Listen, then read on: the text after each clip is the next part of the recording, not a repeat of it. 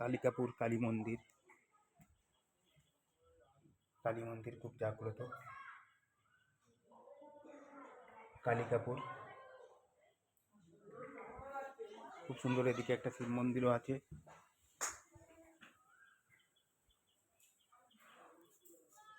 দারুণ শিব মন্দিরটা তো অনেকদিন আগে গেছে। 350 বছরের মন্দির। কত?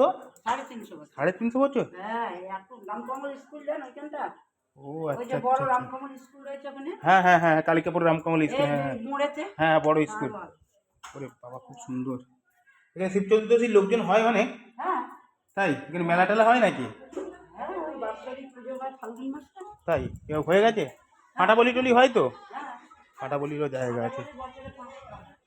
পাঁটাবলি বছরে কটা হয়? 5টা। বাহ। একটা লক্ষ্মী কালী পুজো হয় সার্বজনীয়।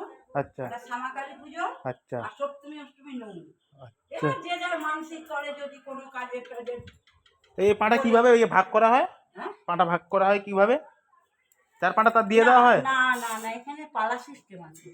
ঠাকুর মশাইদের? হ্যাঁ, দুটো ঘর, চক্রবর্তী আর ব্যানার্জি। আচ্ছা। দুটো ঘরে পালা। আর ওরাই পাঁটা নিয়ে চলে যায়? যারা দেবে তারা নেবে। হ্যাঁ, আচ্ছা। নিয়ে এবার তারা সবাইকে ভাগ বাটা করে দেবে। তাদের যাদের যাদের দেওয়া হচ্ছে দেবে। আমিও দিতে পারবো পাঁটা যদি মনে হয়? হ্যাঁ, তোমার মনে হলে তুমি দিতে পারবে, কেন? খুব সুন্দর সিস্টেম তো। পাশে একটা পুকুরও আছে বড়। দারুণ যাত্রী নিবাস আছে। দারুণ, খুব সুন্দর। হর হর মহাদেব।